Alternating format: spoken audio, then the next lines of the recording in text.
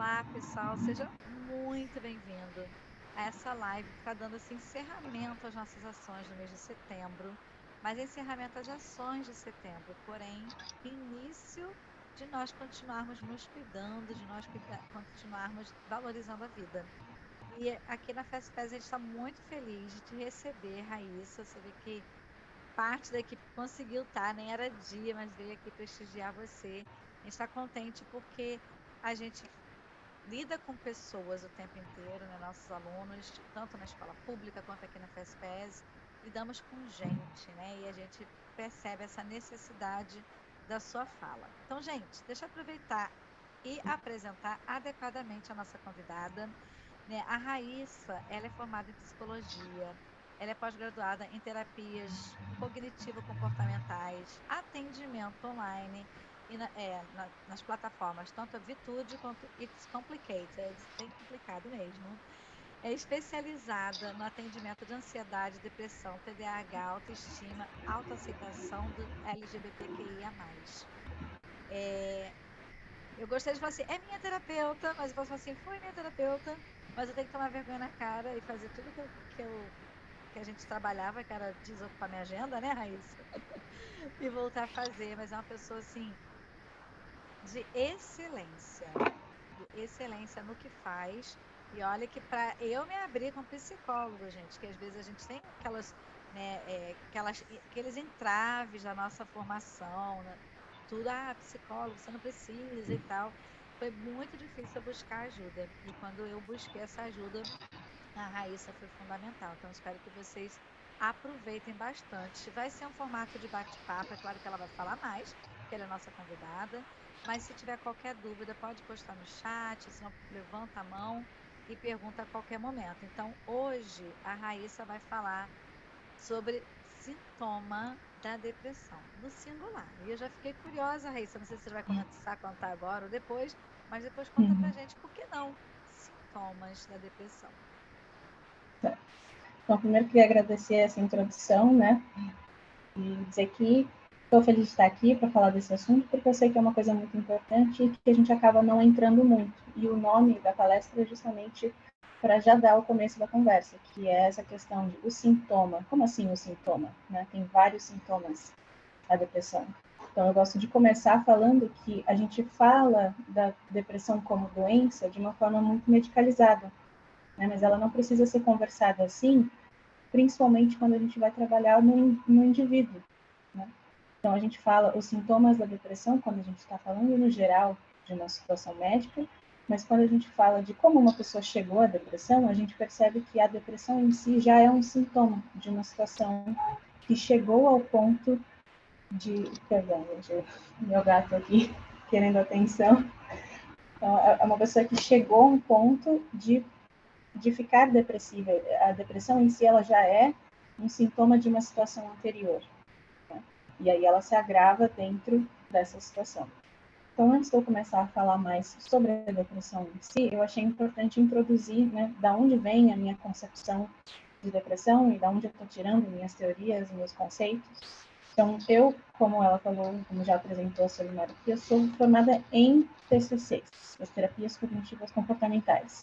Então, a minha concepção de ser humano e como funciona a psicologia do ser humano é baseada numa análise dos comportamentos, dos sentimentos e dos pensamentos, como eles se influenciam e de onde eles vêm. E dentro dessa concepção, os teóricos que fizeram as pesquisas e estudaram sobre a depressão, eles perceberam como que isso aparece na depressão. Ela aparece principalmente como uma visão negativa de si, das pessoas e do mundo. Mas como assim uma visão negativa? Então, a gente volta um pouco quando a gente fala de psicologia para falar da base de como a gente vai estudar o ser humano. E as TCCs estudam o ser humano baseado em algo que é chamado a tríade cognitiva, que são isso que eu falei, né, dos pensamentos, sentimentos e comportamentos, e a gente vem das origens dessas coisas. Então, da onde vem essas coisas em cada pessoa? Isso vem da ontogênese, filogênese e cultura. Falei grego, né? Falei psicologuês. Então, a ontogênese é a história do indivíduo, é a história daquele ser desde que ele foi gerado. Então, como foi a gravidez da sua mãe, como você foi criado, aquela vez que você quebrou o braço, aquela vez que um amiguinho fez um comentário que te magoou, as relações que você teve enquanto estava crescendo. Tudo isso é a sua história de vida até há um segundo atrás, e ela continua se construindo. E a gente tem a filogênese, isso é a história da sua espécie, certo? A história do ser humano. Então, como que o ser humano se desenvolveu, quais as tendências biológicas, de onde vêm certos instintos, certos impulsos. E aí a gente tem a cultura, que é o mais fácil de entender, que é o contexto em que a gente está inserido e as coisas que a gente é ensinado por causa desse contexto. Então, a cultura do seu país, a cultura da sua família, a cultura, talvez, de onde a sua família veio, né? Então, tem questões que estão informando o tempo todo quem você é. E isso é o que está trabalhando o tempo todo ali no seu cérebro quando você está vivendo as suas experiências. Então, quando a gente fala de reconhecer a depressão, a gente precisa primeiro entender que ela é informada por todo esse contexto, né? A depressão, ela surge dentro de um contexto histórico, dentro de um contexto biológico, dentro de um contexto da sua vida. E algumas pessoas têm tendência genética a ter depressão, outras pessoas têm uma situação que leva à depressão, tem formas diferentes da depressão se apresentar. E é aí que a gente começa a falar dela como um sintoma. A depressão é desencadeada por alguma coisa, mas nem sempre essa coisa é óbvia, no sentido de que a gente conhece aquela história mais clássica da depressão, em que aconteceu uma coisa ruim, talvez uma coisa traumática, e a pessoa fica muito deprimida, e ficando deprimida, essa pessoa não consegue se recuperar sozinha e precisa de ajuda. Mas a história nem sempre é exatamente assim. Então, uma coisa que é importante de diferenciar para conseguir reconhecer a depressão, tanto acontecendo consigo mesmo quanto no outro, é saber de algumas coisas básicas sobre a linguagem que a gente usa para falar da depressão.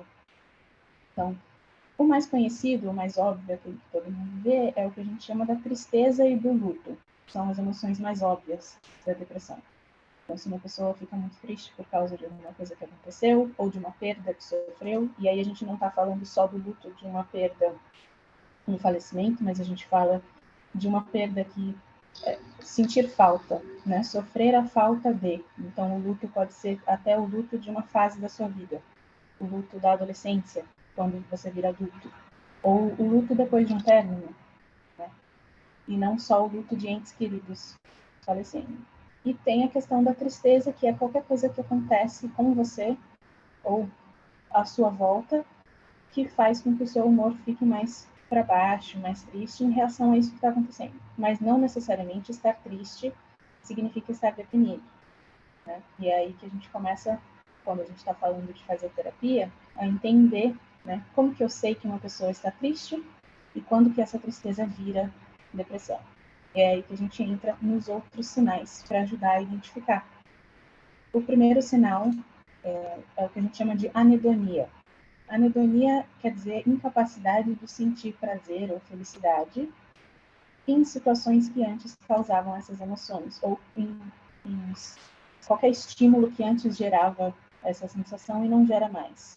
Então, fazer suas atividades favoritas, entrar em contato com as pessoas que você mais gosta, ver seu filme favorito ou relembrar coisas da infância que foram memórias muito boas e não sentir a presença daquela felicidade, daquele prazer que antes estava ali. Essa ausência, ela não chama tanta atenção, então geralmente ela é ignorada e só quando vem aquela sensação de muita tristeza que uma pessoa sente, eu estou deprimida. Mas pode ser que a anedonia já seja a depressão se apresentando, porque nem sempre é só uma pessoa se sentindo triste o tempo todo, mas é ela começando a dar sinais de que ela não consegue acessar as outras emoções com tanta facilidade como a felicidade. E aí a gente vai para o outro ponto, que é a sensação de fadiga, a sensação de cansaço constante. Essa sensação, ela tem, quando ela está relacionada à depressão, ela primeiro a gente elimina a possibilidade de ela ser causada por exemplo, uma doença ou alguma outra questão com a saúde física. Então é a sensação de não ter motivação para fazer as coisas, é um cansaço que não tem a ver com o quanto você se esforçou, mas sim uma coisa constante, uma sensação de sempre estar assim. E aí que isso já é um sinal da depressão que às vezes passa despercebido, porque a pessoa não sente, eu não tô triste, eu só tô cansado. E aí a gente fala de um outro aspecto, que passa muito despercebido, que é a baixa autoestima. Então, a baixa autoestima, ela afeta a pessoa de forma que pode gerar uma depressão. Porque muitas vezes ela se relaciona a consequências de uma crença distorcida. E isso é uma coisa que a gente vai falar um pouco mais para frente. Então, uma crença distorcida, ela é algo que você começa a acreditar e que por causa dessa crença você muda o seu comportamento e muda como você se relaciona com o mundo e com as outras pessoas. Então, por exemplo, se você acredita que não é tão interessante quanto as outras pessoas e isso te deixa com uma baixa autoestima, além de você ter uma imagem negativa de si mesmo, você pode deixar de falar com pessoas que você gostaria de falar, porque você acha, eu não vou ser interessante, então não vale a pena nem tentar. Né? Ou então, com certeza essas pessoas que eu gostaria de conversar não vão querer falar comigo. Então, eu nem tento. Isso é a baixa autoestima afetando o seu comportamento. E se a baixa autoestima começa a levar a tendência de não se relacionar, não atingir, né, as pessoas próximas de você, não se conectar com elas, não ter troca com essas pessoas, gera um isolamento, isso pode também levar a uma depressão. Então, isso é uma coisa que, antes mesmo de se sentir deprimido, é uma coisa importante de observar. Né? Será que minha autoestima está saudável? E se ela não está, como que isso está afetando como eu interajo com o mundo? E aí a gente fala do último, que já é a depressão se fazendo um pouco mais clara, de certa forma, que é aquela que a gente conhece, que é a distimia. A distimia é aquela pessoa que é conhecida por ser meio para baixo, meio deprimida, e ela se destaca comparado com as outras formas de depressão, justamente porque ela é a presença de outras características além do sentimento de não querer participar ou de se isolar, que é um mau humor constante, né? Uma irritabilidade, uma sensação de ser reativo, que já é a pessoa se acostumou a estar deprimida. E isso não é positivo, não só pelo óbvio que a pessoa era melhor que não estivesse deprimida, mas porque esse se acostumar tem a ver com não conseguir sair daquele ciclo. Então ele vai ficando mais tóxico, mais frustrante também. E é o tipo de coisa que não move mais a pessoa a fazer algo sobre aquilo, porque ela não está mais estranhando. Ela já chegou na fase de achar aquilo normal. E isso é o que leva a gente a outro ponto, né? Que é identificar o que são esses gatilhos, o que leva uma pessoa a se sentir dessa forma, o que leva uma pessoa a chegar nesse ponto.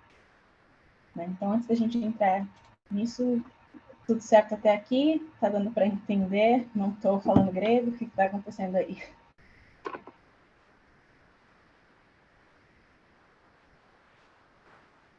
Tudo certo? Vamos continuar então? Eu não sei se você vai falar. Tá silencioso. Tá conseguindo me ouvir? Tá mutado. Tá mutado? Agora foi. Aí, Tá. agora foi.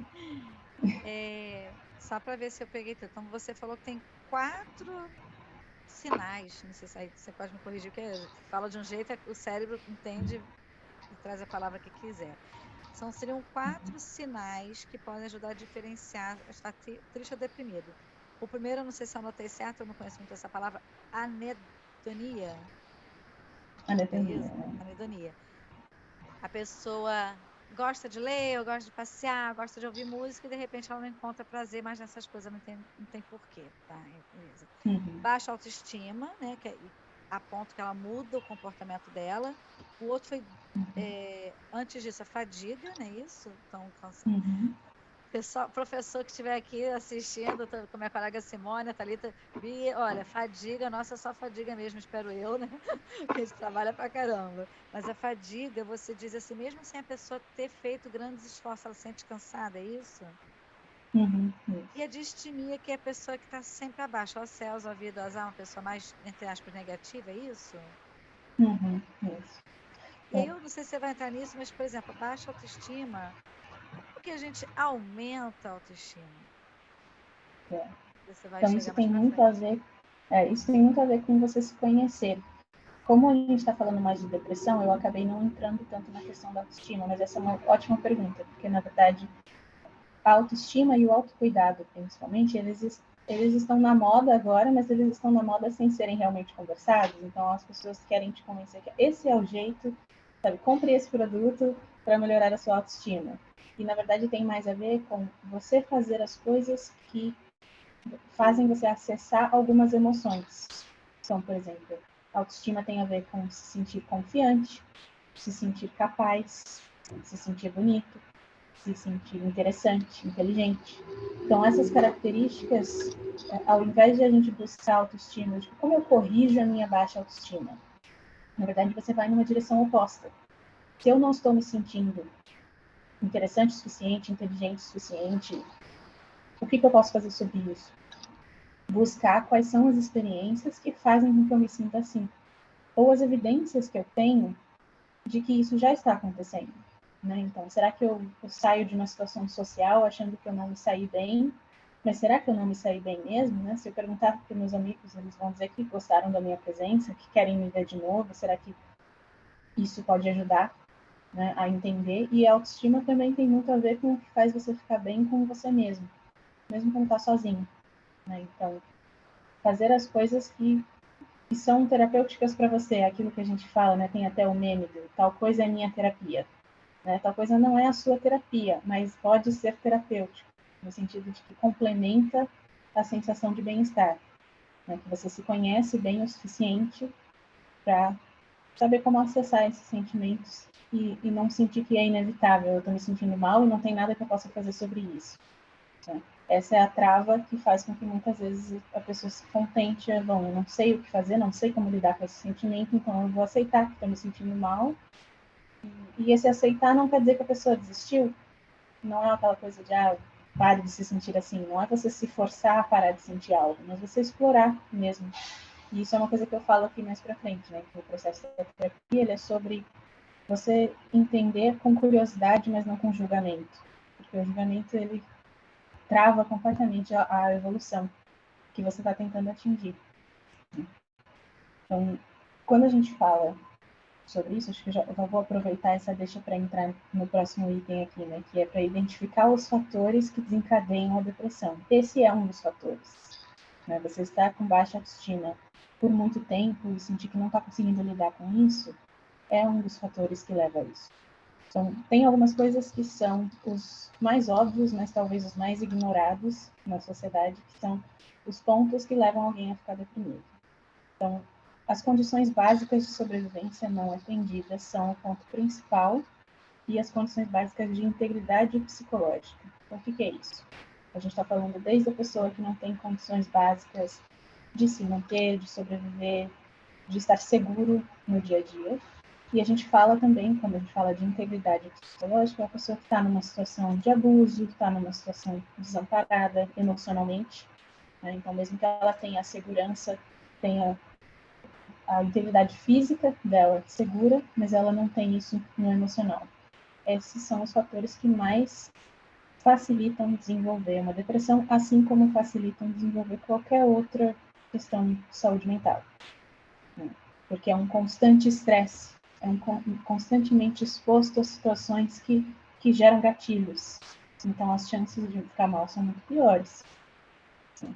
E aí a gente tem aquele que é mais conversado no individual, que é o mais conversado na terapia, que são os sofrimentos específicos e sofrimentos também subjetivos.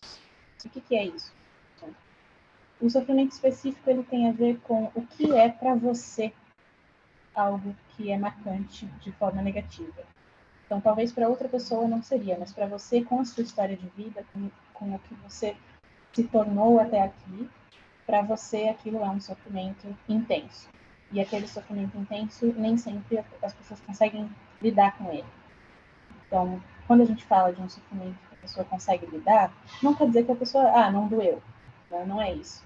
Mas sofreu, passou por aquilo e conseguiu perceber um processo de foi aprendendo a lidar, foi aprendendo a enfrentar, não foi fácil, não foi simples, mas a pessoa percebe uma curva de aprendizado, né? Vai ficando menos sensível àquele assunto conforme o tempo vai passando e vai conseguindo lidar. E dependendo do que for, se for uma coisa muito próxima, se for uma coisa muito marcante, não é uma coisa que é esquecida, mas é uma coisa que deixa de machucar ativamente, né? Então é comum acontecer, por exemplo, a famosa depressão pós-término, né? Mas é uma depressão que dura ali umas 2 semanas, e depois a pessoa começa a se reerguer e aprender a lidar com isso. Então é natural passar por aquela tristeza, mas também é natural perceber que está evoluindo e aprendendo a lidar com aquilo e que aquilo vai machucando cada vez menos, né? E aí a gente tem que falar um pouco sobre o que caracteriza, né, a depressão, como o que todas essas têm em comum, né? E a depressão, na concepção do ser humano que a gente tem na TCC, ela tem a ver com uma não reação causada por uma percepção da realidade. E essa percepção ela pode estar correta ou ela pode ser uma distorção. O que a gente quer dizer com isso? Então, muitas vezes uma pessoa sente que não tem poder de mudar ou melhorar a sua própria realidade. E isso gera depressão. Então, isso é muito comum em casos de abuso, em casos de opressão, em casos de situação de guerra, né? E existe também a percepção de não ter poder, que ela é uma distorção, que ela é uma percepção errada da sua realidade, causada por uma crença que foi sendo desenvolvida. Então, como que eu desenvolvo uma crença de que eu não tenho controle sobre a minha vida, se na verdade eu tenho, né? Como que eu chego numa conclusão errada?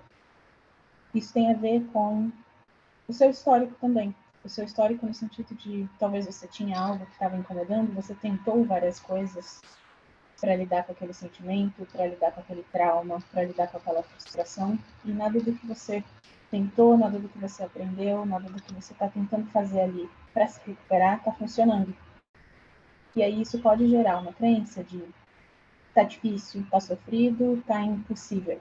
E esse impossível é que vira uma chave ali. Porque se é impossível se recuperar, isso gera uma inação. Tá? E não é uma coisa tão simples, né? Eu gostaria muito que funcionasse, mas não funciona. Eu vejo muito na internet aquela coisa da positividade tóxica, do fica feliz aí, né? Se force a sorrir, se force a se animar, sabe? E isso não é exatamente assim que funciona, porque mesmo que a gente reconheça, ok, eu tenho uma crença e ela é uma distorção, não é verdade. Né? Eu cheguei nesse ponto aqui porque talvez eu tentei muitas coisas, não funcionou, e eu comecei a achar que nada ia funcionar. Eu sei que isso não é verdade, mas agora que eu já estou aqui, é muito difícil sair daqui. E não tem um levanta, sacode poeira, coloca um cropped reage que vai conseguir me fazer sair desse sentimento. E é por isso que a gente trabalha na terapia num processo todo de entender de onde veio essa crença, né, como que ela se formou, e entender como que esse processo está acontecendo. Mas, no geral, quando a gente fala dessa distorção, é aí que a gente entra no como acolher.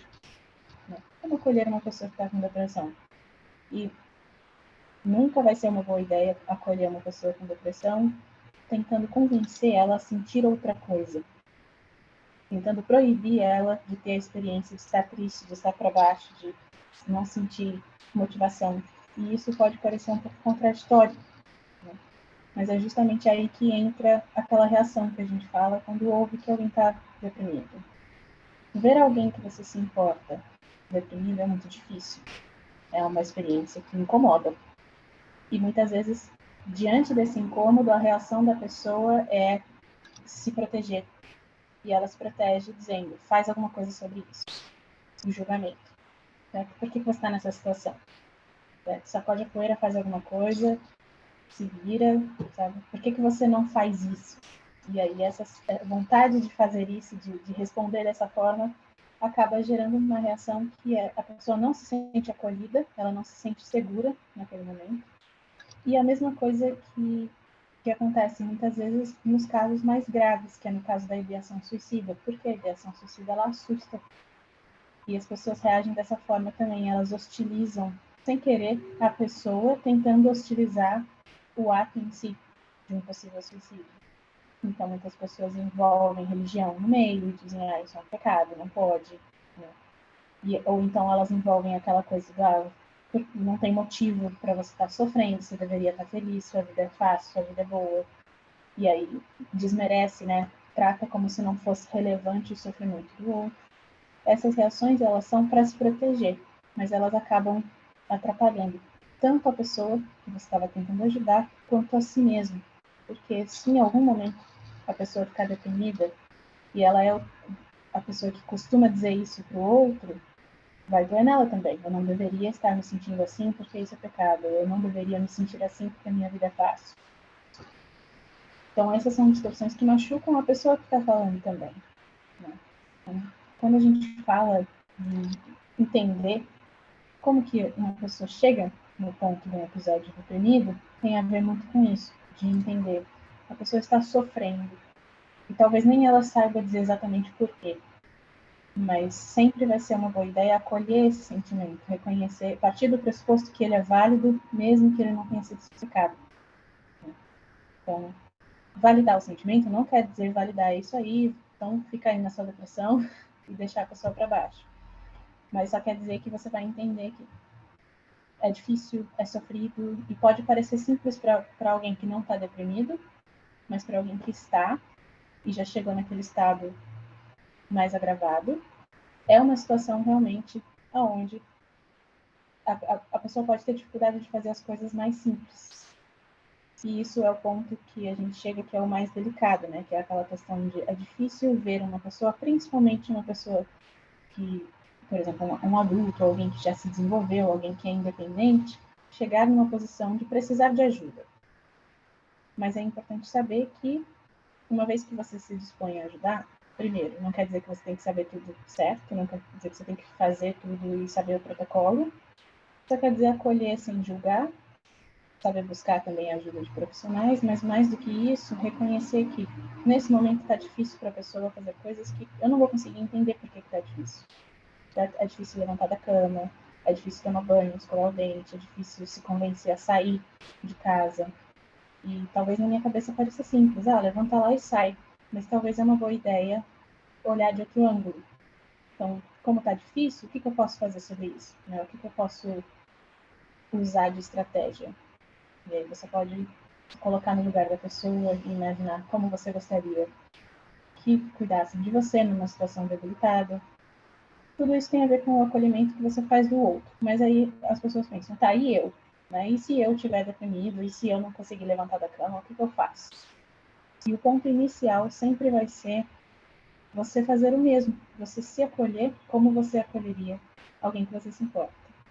Então, falando, né, essa parte é um pouco mais difícil, um pouco mais densa, mais pesada de falar, porque a gente não gosta de ter que se imaginar nessa situação, nem estando deprimido e nem acolhendo alguém que está muito deprimido. A gente espera que isso não aconteça. Mas justamente porque a gente nunca fala sobre isso, que quando surge esse momento, muitas vezes a gente reage mal. E é importante falar sobre isso, né, sobre essa reação impulsiva de se proteger. Faz sentido isso para vocês? Vocês acham que está indo num caminho fácil de entender como que é essa reação do outro diante de quem está deprimido? Sim. Então, essas situações... Desculpa, Raíssa. Pode falar. Não sei nem se você vai dar conta de responder aqui também, né? Eu tenho uma colega que está aqui, Simone, nós trabalhamos juntas numa escola pública, a gente trabalha com adolescentes. E que você sabe que o acesso à terapia, se para a classe média às vezes é difícil, imagina, né? As pessoas com acesso menor, como é o nosso caso na região que a gente trabalha. E eu sei que o professor não é psicólogo, mas como que é esse acolher e ajudar e orientar quando às vezes até a própria família, ela não tem conhecimento, ela acha que é frescura, aqueles tabus todos. Não tá de frescura, tá de preguiça, sabe? Às vezes não por maldade, mas por desconhecimento. Como que nós, professores, podemos ter esse olhar atento, visto que a gente não está exatamente ali com aquele adolescente, com aquele jovem, e como que é esse acolher em sala de aula? Não sei se estou fugindo um pouquinho do tema, você pode falar, a gente marca outra live, Não, tá? claro. Não, faz todo sentido. Essa pergunta é muito boa. Esse acolher, né, quando a gente usa essa palavra, ela é tão abrangente, mas ela muda dependendo do contexto. Então, no caso, por exemplo, de um professor, o acolhimento ele tem um limite, no sentido de que, claro, o professor não tem a formação para isso, nem precisa ter, né, o trabalho dele é outro, mas vai acontecer que trabalha aqui no público e vai acontecer de ver isso se repetindo em sala de aula com alguns alunos. E o ponto principal de um acolhimento que faz a pessoa se sentir segura é algo que é muito difícil de fazer, que é ouvir sem responder. Sem responder não no sentido de fazer silêncio, né? Mas sem responder no sentido de eu sei a solução. Faz isso, faz aquilo, tenta isso. Então, ouvir e estar disposto a, nossa, é difícil mesmo, eu sinto muito que você está passando por isso. Eu estou aqui se você precisar se distrair disso, né? Se você precisar lidar com... Se tiver difícil, você não quiser lidar com isso, ou então eu estou aqui para ouvir quando você precisar, né? Ou então validar, faz sentido você estar frustrado com isso, faz sentido você estar chateada com isso, né? Eu também ficaria muito chateada na sua situação. E aí, esse ouvir sem querer tentar solucionar, na verdade faz a pessoa se sentir muito bem, mesmo que quem está ouvindo sinta que, nossa, mas eu preciso fazer alguma coisa, né? Eu quero ajudar. Não posso só ouvir e falar, sinto muito. Mas isso ajuda muito, porque muitas vezes na tentativa de solucionar, a gente atropela o problema. A gente faz assim, que pena, mas assim, você já tentou yoga? Você já tentou meditação? Você já tentou conversar com a pessoa que está te tratando mal? Você já tentou lidar com isso de um outro jeito? E isso pode, para a pessoa que não está bem, isso pode vir como uma crítica do tipo, você está fazendo errado, você não está lidando do jeito certo. Mesmo que essa não seja a intenção, muitas vezes a gente ouve desse jeito. Por quê que a gente ouve desse jeito, né? Porque, de certa forma, os detalhes do que está acontecendo, os motivos do que está acontecendo são muito complexos, tem muita nuance, que não vai dar para você ouvir numa vez que a pessoa se abriu.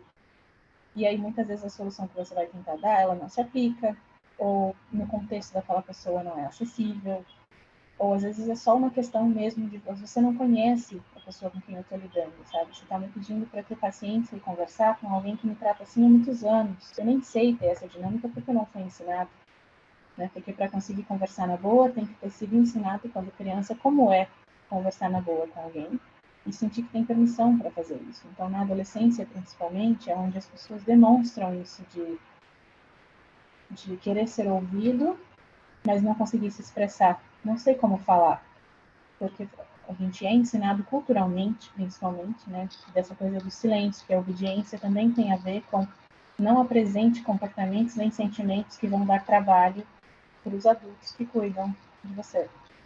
Então, só de ouvir, só de validar, a ajuda já foi muito grande.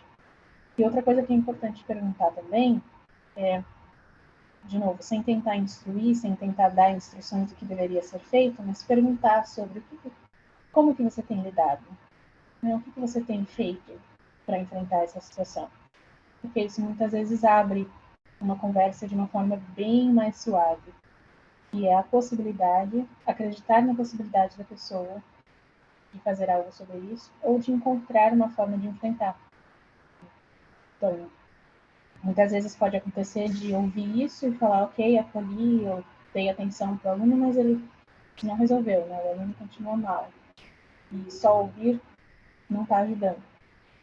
E aí que a gente fala sobre essa questão da acessibilidade, né? Por mais difícil que seja, a gente ainda tem sorte de ter um sistema de saúde. Então, mesmo que seja mais complicado acessar uma terapia, se for uma situação de emergência, é sempre importante incentivar que a pessoa busque, principalmente no caso de perceber que a depressão está chegando naquele ponto extremo, que a pessoa já não está mais reagindo, ou que a pessoa está revelando que se machuca, né? E aí é que no ponto de preocupação, que é muito importante tentar acessar ajuda profissional. Mas mesmo quando isso não é acessível, só de ter uma rede de apoio, que é como a gente chama, já faz toda a diferença. Então isso entra muito num fator principal, né? O que um professor pode fazer? Infelizmente, ele não pode fazer muito mais do que isso. Mas se mais professores fizessem, diminuiria os casos que chegam ao ponto de precisar de uma intervenção. Não só professores, mas adultos no geral, principalmente porque isso teoricamente, seria um reconhecimento que é necessário ter em casa, mas a gente sabe que não é um conhecimento que é comum nas famílias do Brasil, principalmente a realidade mais comum do Brasil. É uma coisa muito fora, é uma conversa que está começando a acontecer, e como você falou, é muito mais uma coisa de classe média, mais alta. Então, a gente ainda não tem esse acesso à informação. Então, o principal é só saber isso, né? O máximo de pessoas que você consegue explicar isso, né? Não julgue a pessoa que está deprimida, não cobre da pessoa deprimida que ela consiga, sabe, sacudir a poeira e superar, e ao invés disso ouvir, ao invés disso entender que está difícil, mesmo que você não sabe por que seria difícil para a pessoa, eu acho que eu lidaria bem. Mas a gente não tem como saber se a pessoa teve as mesmas chances que você de aprender a se desenvolver, aprender a lidar com sentimentos. Então, talvez uma coisa que você lidaria bem, a pessoa lida mal, mas sempre existe alguma coisa que a gente não está preparado, não está equipado, e a empatia vem daí, de entender. Com certeza, alguma coisa seria difícil para mim, e eu consigo entender que esse sofrimento está acontecendo com essa pessoa agora, com esse assunto. Então, esse é o melhor que a gente consegue fazer. Entre professores, é mais importante, na verdade, só estar com o olho atento a esses sinais que eu mencionei. Porque se vocês percebem isso, tem como dar um toque para os pais, avisar para a família, para as pessoas que cuidam.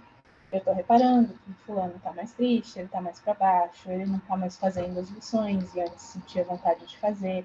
Não é uma questão de desafiar a professora, é só realmente que a pessoa não está desmotivada, eu estou percebendo isso. Né? Então, dá esse toque para que possa ter o acolhimento. É o melhor que dá para fazer pelas pessoas que a gente identifica. Né? E para as pessoas próximas que estão dispostas a conversar com você, às vezes esse ouvir, ele pode vir também com se abrir. Né? Porque a gente esquece disso, que a rede de apoio tem a ver com você sentir que tem uma troca. Então você pode contar, olha, eu já passei por coisas muito difíceis, né? Ou eu me identifico, eu também vivi situações parecidas, eu sei que é muito difícil, eu imagino que está sendo muito difícil agora, né? Mas sem aquela coisa de necessariamente falar, vai ficar tudo bem, você vai superar, então, né? Mas de incentivar, assim, olha, também foi muito difícil para mim nessa época e depois eu não achava que ia ficar bem e aí eu fiquei. Mostrar o seu lado sem tentar empurrar que a sua solução vai funcionar para outra pessoa também ajuda bastante. Faz sentido?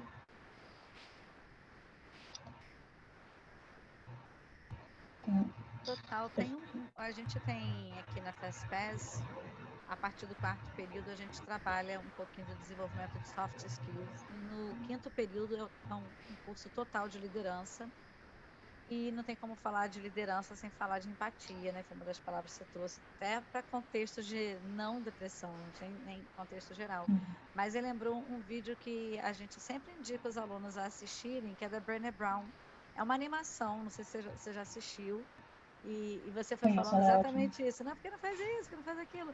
E lá na animação, vou até colocar, vou colocar o vídeo aqui no chat para o pessoal, quem quiser assistir depois.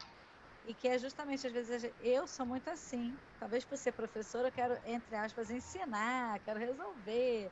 Mas é muito importante que ela fala que a empatia não é isso. Né? Por exemplo, Raíssa, você está triste, mas, poxa, pelo menos você tem uma casa. Pelo menos você terminou a faculdade.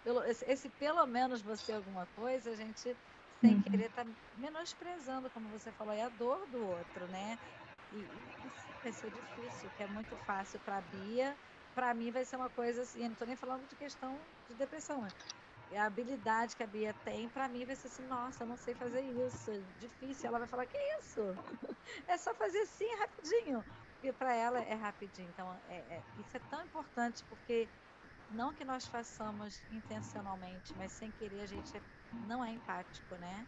A gente acaba achando que o nosso mundo está ali e que é fácil para o outro fazer assim, né? Isso que você falou se encaixa perfeitamente com o que a gente entra justamente em como é difícil ser rede de apoio de alguém e como é difícil acessar a sua rede de apoio.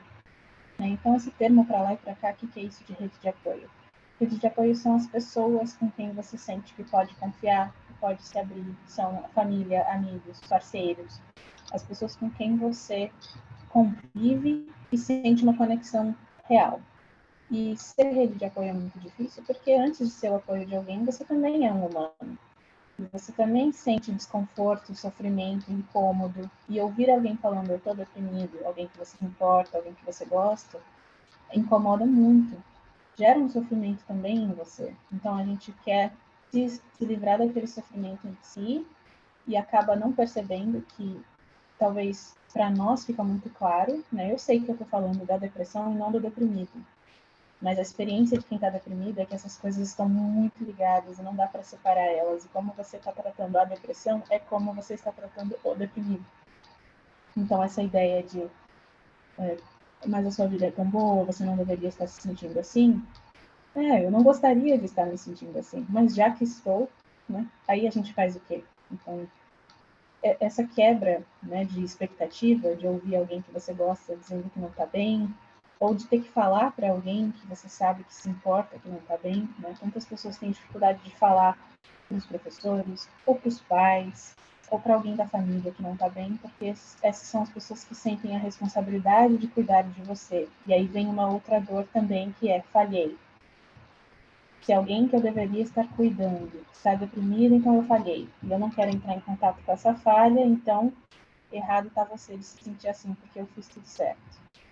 E isso é o mais difícil de entender, que a depressão ela não vai vir só para quem, não, porque eu estou traumatizado e você falhou em tudo, não cuidou de mim direito, não me ensinou direito e agora eu estou aqui sofrendo. A depressão ela tem a ver com como a pessoa sabe ou não lidar com os sofrimentos dela.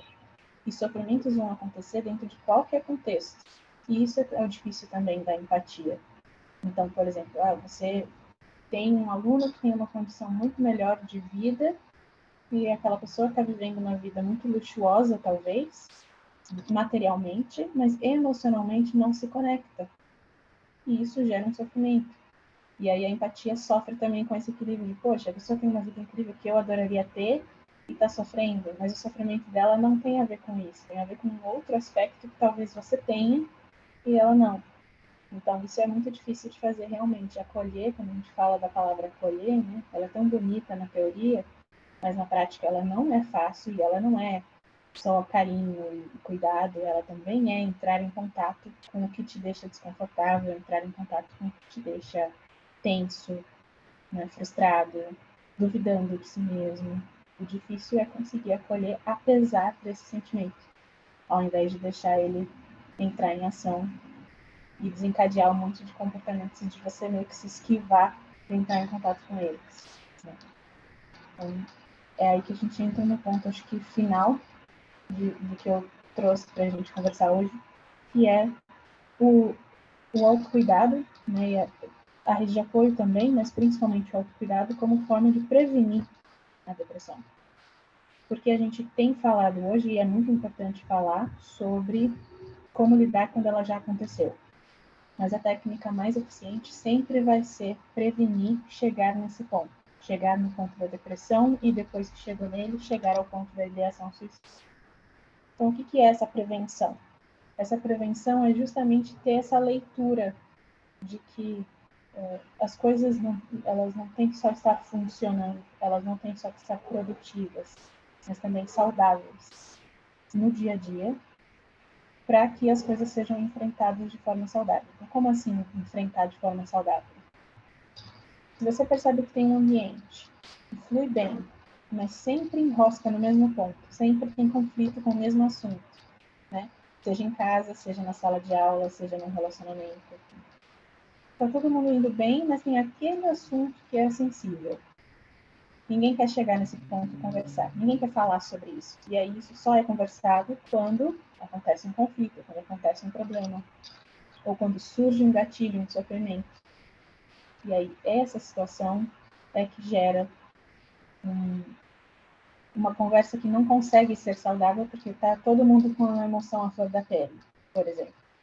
Então, isso pode ser uma discussão, isso pode ser um problema na sala de aula, por exemplo, entre alunos, conflito entre alunos, ou então conflito com os professores, no sentido de a sala que não coopera, ou a sala que reage, ou até mesmo a formação de grupinhos dentro de uma sala de aula.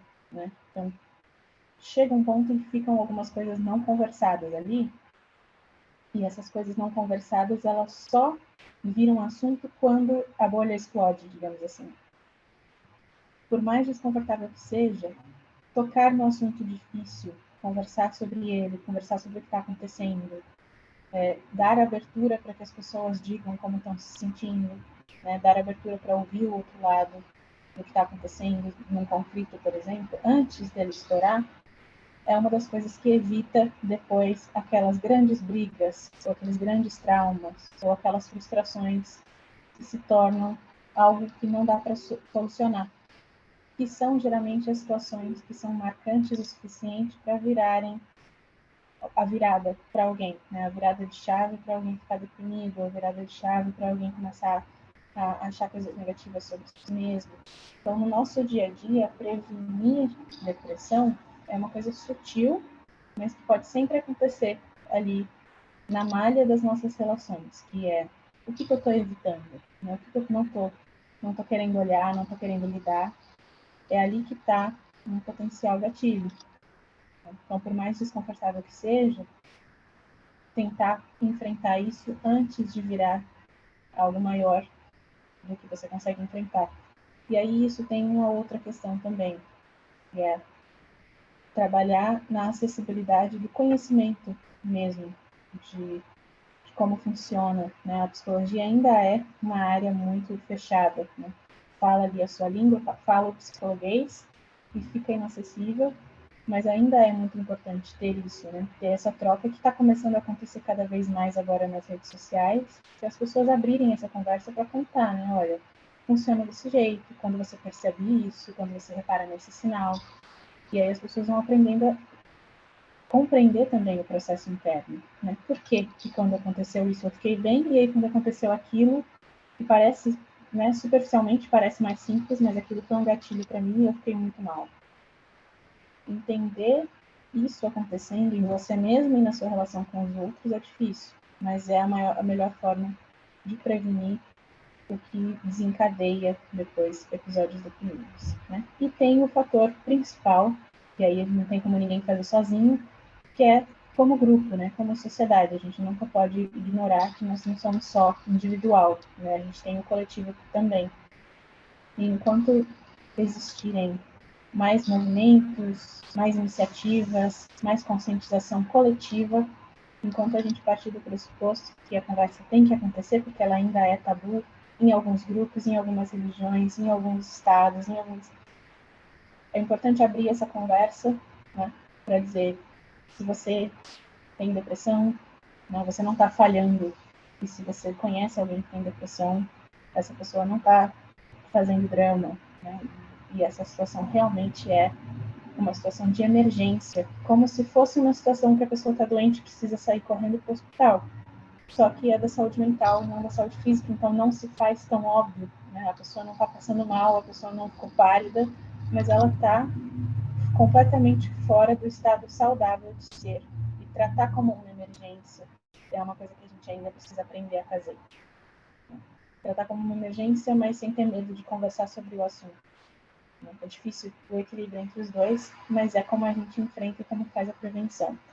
E eu sei que eu falei muito por cima aqui, né, da questão do suicídio em si, mas como é o mês da prevenção, principalmente, né, de conscientização disso, acho que é importante falar que a gente entende mal de onde vem o suicídio.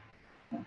Ele é muitas vezes, primeiro que é muito complexo, né? Pode acontecer por vários motivos, pode acontecer por causa de um episódio maníaco, porque a pessoa acredita que vai reencontrar um ente querido, pode acontecer porque a pessoa está tentando acabar com um sofrimento existencial, né? Uma questão de identidade que não consegue ser resolvida e vai gerar um sofrimento. Mas independente do que for, a solução para recuperar alguém que chega nesse ponto sempre é realmente terminar aquela vida, mas não com o suicídio, terminar aquela vida criando uma dinâmica nova, uma realidade que vale a pena ser vivida, né? Trabalhar isso com a pessoa. Né? Se não vale mais a pena viver desse jeito, então não pode mais ser desse jeito. Né? Para a pessoa querer ficar, vai ter que ser outra forma de vida, outra forma de experiência de vida, outra forma de relação, outra forma de realmente estar aqui. E talvez seja uma mudança tão intensa para a pessoa que nem parecia acessível. Por isso, primeiro, a intenção de acabar com a vida do que imaginar que é possível fazer alguma coisa para que ela seja mudada de forma revolucionária, para realmente não sobrar mais resquícios daquela realidade que gerou um impulso ao suicídio. Então, esse é um assunto que realmente ele é delicado por causa disso, porque é difícil entender o desejo de suicídio, mas ele vem justamente disso, é um desejo de não viver aquela realidade. Mas ele pode deixar de existir se você conseguir criar uma realidade que faz sentido para aquele indivíduo, que dá vontade de viver, se for daquele jeito. Né? E às vezes a própria pessoa nem sabe o que será que eu quero quando ela desiste da vida. Então tem muito disso também. No tratamento, a gente trabalha desenvolver justamente essa habilidade de olhar para o futuro e ver perspectiva de futuro, e não só a sensação de não tem nada que eu possa fazer. Essa sensação de eu não tenho poder de fazer nada, existem várias dinâmicas que limitam as pessoas, tiram o poder delas. Os mais óbvios são aqueles que a gente já conhece, são os privilégios e as desvantagens financeiras, opressões sociais e tudo mais. Mas, no geral, existe algo que pode ser feito.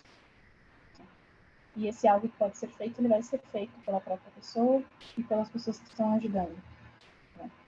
Então, por mais que seja muito difícil enxergar essa saída, ela existe. Né? Mas ela só pode ser acessada se a gente não julga a pessoa por ter considerado uma saída que talvez seja vista de forma negativa.